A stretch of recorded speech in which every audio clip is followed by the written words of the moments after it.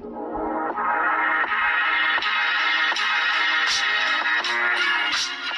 Students, आज हम exercise 8.6 को कंटिन्यू करते हुए इसके क्वेश्चन नंबर 5 ऑनवर्ड्स करेंगे। स्टूडेंट्स, आई होप आप लोगों को ये एक्सरसाइज अच्छे से समझ में आ रही है। Students, growth and decay model आपने देखा होगा, अभी तक जो क्वेश्चन किए हमने काफी इजी क्वेश्चन है और इसमें सब एक ही पैटर्न के क्वेश्चन है। स्टूडेंट्स, क्या पैटर्न है वो भी आप समझ गए होंगे कि पहले हमें क्वेश्चन को पढ़ के एक इक्वेशन बनानी है, डिफरेंशियल इक्वेशन, जिसमें कि हमें रेट ऑफ चेंज का हेल्प लेना है। और जब हमारे पास इक्वेशन बन जाएगी तो इक्वेशन बनाने के बाद फिर उसका सॉल्यूशन निकालना है यूजिंग इंटीग्रेशन। जब उसका सॉल्यूशन निकल जाएगा, दैट इज जनरल सॉल्यूशन, तो हमें कुछ वैल्यूज गिवन होती है क्वेश्चन में, उसको पुटअप करके हमें जो कांस्टेंट उसके अंदर है उनकी वैल्यू निकालनी होती है और फिर हमारा सॉल्यूशन आ जाता है। Students, right? तो यही पैटर्न चल रहा है कि नहीं?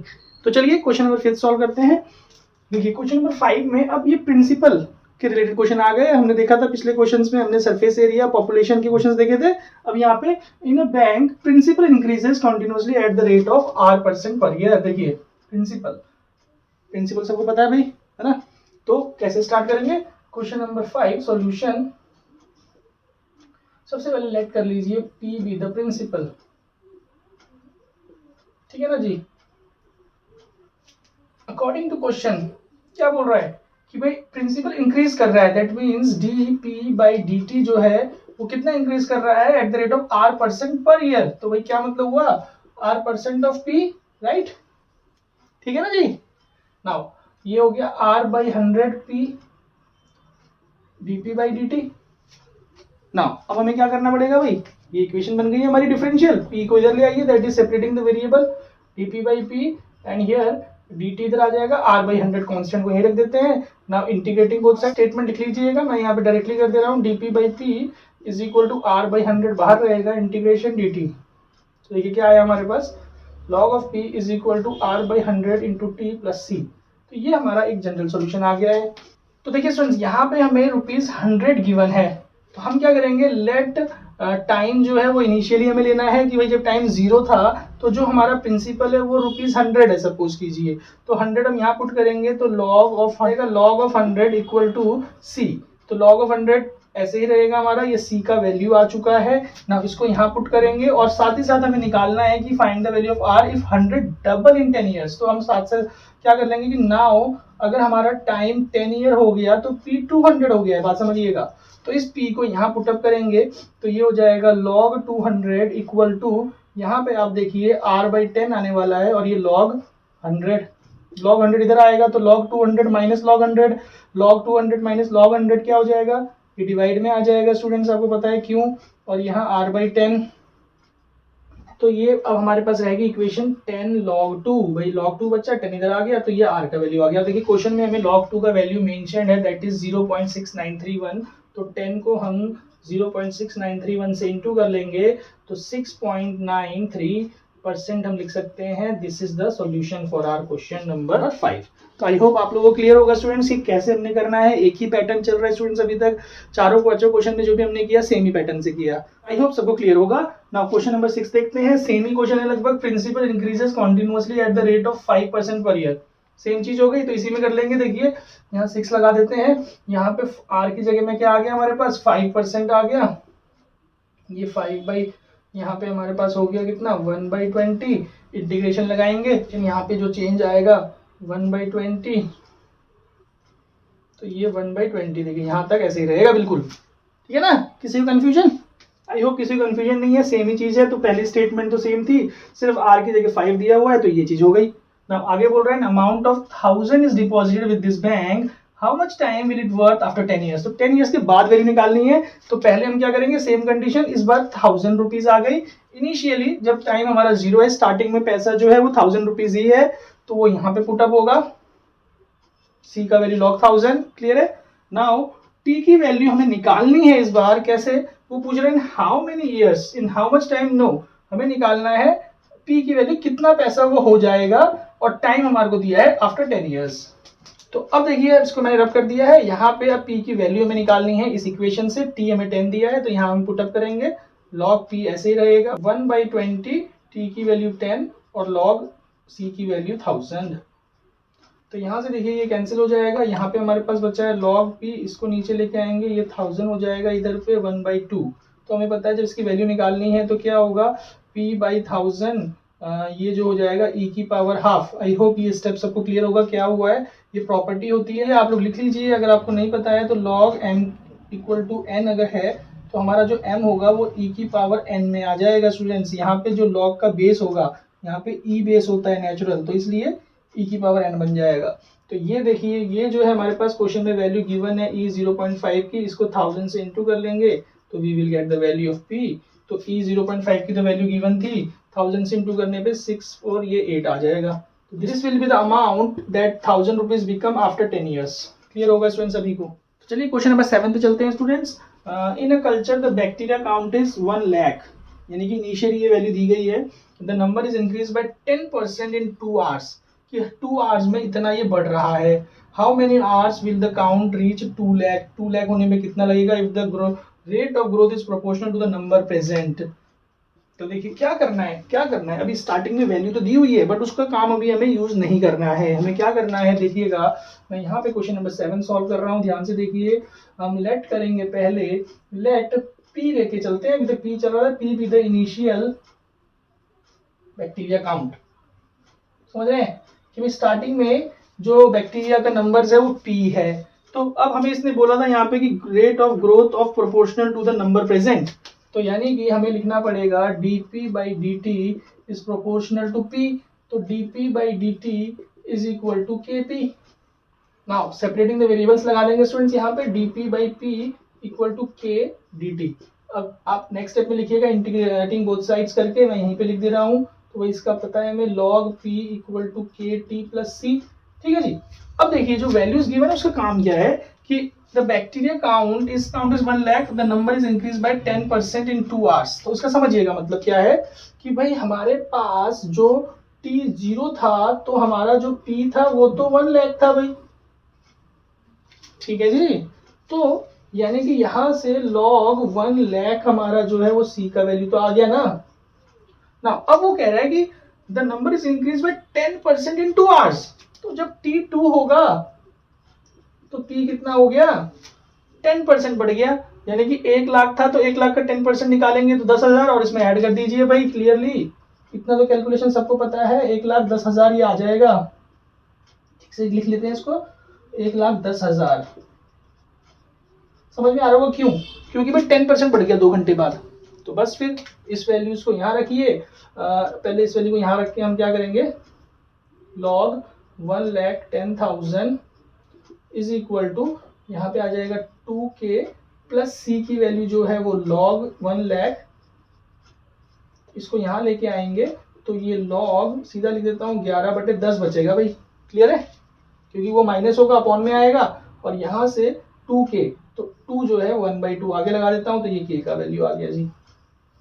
क्लियर, k और c दोनों आ गए, वो यहाँ पुटअप होंगे k में और c में, तो p और t की एक इक्वेशन आ जाएगी, सॉल्यूशन होगा। अब वहां पे हमें क्या निकालना है, देखिए कह रहा है कि हाउ मेनी आवर्स, तो आपको t निकालना है, t हमें नहीं पता, और p उसने बोला है कि 2 लाख कब होंगे।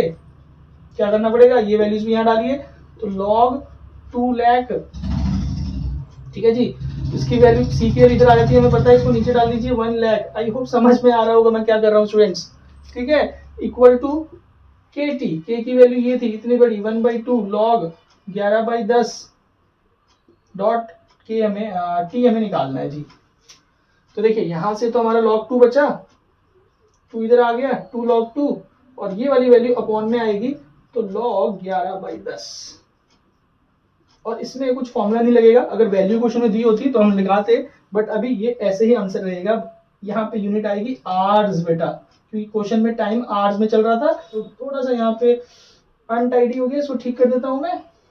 Hours equal to, I hope समझने में ज्यादा प्रॉब्लम नहीं है, मैं दोबारा से बता देता हूँ, किस बच्चों को अगर डाउट हुआ हो तो। पहले हमने जनरल सॉल्यूशन निकाला, उसके बाद हमने देखा कि इनिशियली 1 लाख काउंट था हमारा, तो t0 p 1 लाख, सेम जो हर क्वेश्चन में हो रहा है। उसके बाद c की वैल्यू निकल गई, इसको मैंने यहीं छोड़ दिया। आप चाहे तो इस वैल्यू को यहाँ पुट करके इक्वेशन लिख सकते हैं। तो काम क्यों बढ़ाना है ना, तो हम इसको लास्ट में ही लिखेंगे।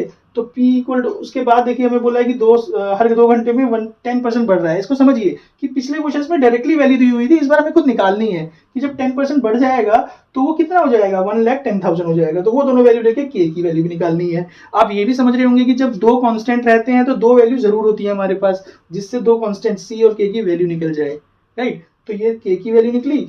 अब हमें इसने बोला था कि 2 लाख कब होंगे, कितने टाइम बाद, तो टाइम हमें निकालना है। P हमारा इतना है, इसको पुट अप किया तो ये हमारा आंसर आ गया स्टूडेंट्स। आई होप क्लियर होगा। तो चलिए स्टूडेंट्स 8th क्वेश्चन स्टार्ट करते हैं।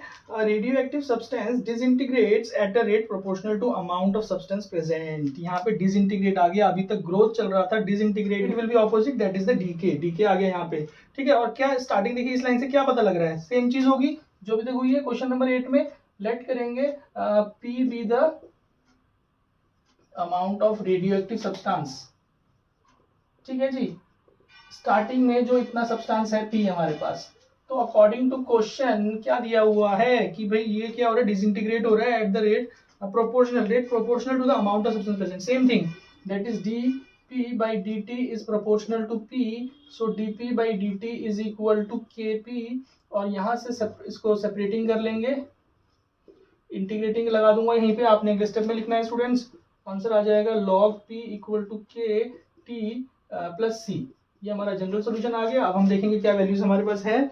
50% of the given amount डिसइंटीग्रेट्स in 1600 years.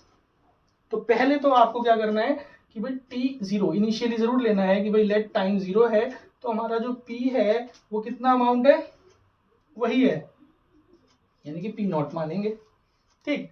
तो यहां से हम देखेंगे कि तो log p0 c की वैल्यू आ जाएगी ना। अब दूसरी बार वो कह रहा है कि 1600 साल में t जब 1600 है तो 50% अमाउंट जो है डिसइंटीग्रेट। अच्छा एक चीज और ध्यान रखेंगे स्टूडेंट, यहाँ पे नेगेटिव लगाते जाएंगे क्योंकि ये माइनस में चलेगा। मैं स्टार्टिंग में भूल गया, आप अब लगा लीजिएगा। डिसइंटीग्रेट है तो यानी कि माइनस जरूर लगेगा, डीके है, डिक्रीजिंग है, रेट ऑफ चेंज जब डिक्रीजिंग होता है तो माइनस लगता है। ये मैंने समझाया था आपको स्टार्टिंग में ही, ठीक है। 50% ऑफ द गिवन अमाउंट डिसइंटीग्रेट्स, यानी कि जो पहले था उसका आधा रह जाता है। तो आधा तो सिंपल 50%, 50 P0/2 हो गया ना जी। पुटअप कर दीजिए, के निकाल दीजिए। log P0/2 P equal to 1600 के, ठीक है ना। ये कैसे आया समझ गए होंगे। यहाँ पे P0 में लगाऊंगा, क्यों, क्योंकि भाई C की वैल्यू P0 थी तो वो अपॉन में आएगा, तो यहाँ पे इसके साथ सीधा आ गया। चलिए आप कंफ्यूज हो गए होंगे, मैं इसको दोबारा लिख देता हूँ। तो ये वाली वैल्यूज हम यहाँ पुटअप कर लेंगे। तो देखिए log P0/2 इक्वल टू 1600 के हमारे पास ये आ गया, और प्लस log P0। तो log P0 इधर आएगा तो ये इसके साथ डिवाइड में आ जाएगा स्टूडेंट्स, राइट। ये ऐसे हो गया, यहाँ पे 1600 के है तो 1/1600 इधर आ जाएगा, और ये log 1/2, ये k का वैल्यू आ गया। तो स्टूडेंट्स k का वैल्यू आ गया हमारे पास। अब हमें क्या करना है, क्वेश्चन में पढ़ना है आगे क्या फाइंड आउट करना है। तो c और k तो दोनों निकल चुके हैं, उसको यहाँ पुट अप करके हम देखते हैं आगे क्या करना है। वो कह रहा है कि what percentage of the substance डिसइंटीग्रेट्स in 10 years, कि कितना जो सब्सटेंस है वो डिसइंटीग्रेट होगा। तो देखिए क्या करेंगे, पहले तो हम यहाँ पे हमें बता रखा है कि भाई 10 इयर्स में कितना सब्सटेंस डिसइंटीग्रेट होगा, तो p हम क्वेश्चन मार्क मान लेंगे। इसका मतलब क्या है कि भाई 10 ईयर में p की वैल्यू कितनी रहेगी, कितनी वैल्यू रहेगी। तो आप पहले क्या कीजिए, log p इस वाले में पुट कर लीजिए, माइनस बाहर है, k की value -100, 1600 log 1/2 into 10 equal to not equal to plus log p0, ठीक है जी। c की वैल्यू पुट करी, इसको इधर लेके आइए, ये तो हमें पता है log p/p0 बन जाएगा। यहाँ देखिए क्या होगा, 10 से 160 कटेगा और ये 160 log 1/2 रह जाएगा, ठीक है ना। अब हमें देखिए वैल्यू किस तरीके से दे रखी है, e की पावर में, तो कैसे बनेगा वहां समझिए कि भाई इसको पहले log हटाएंगे तो ये p/p0 ये सारा e की पावर में चला जाएगा, ठीक है ना, 160।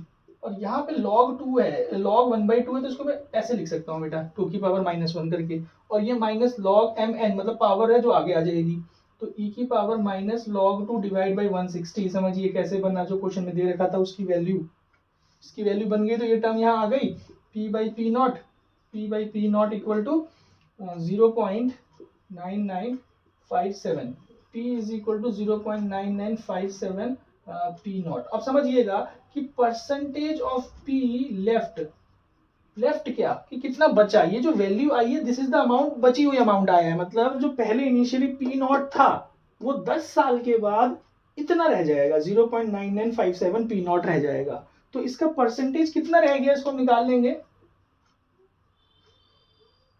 कैसे निकलता है परसेंटेज कि भाई जितना अमाउंट रह गया divided by P not multiply by 100, P not cancel हो जाएगा, 99.7 परसेंटेज लेफ्ट हो गया, बचा है। तो percentage of P disintegrate, disintegrate कितना हुआ है भाई, 100 में से आप माइनस कर दीजिए इसको,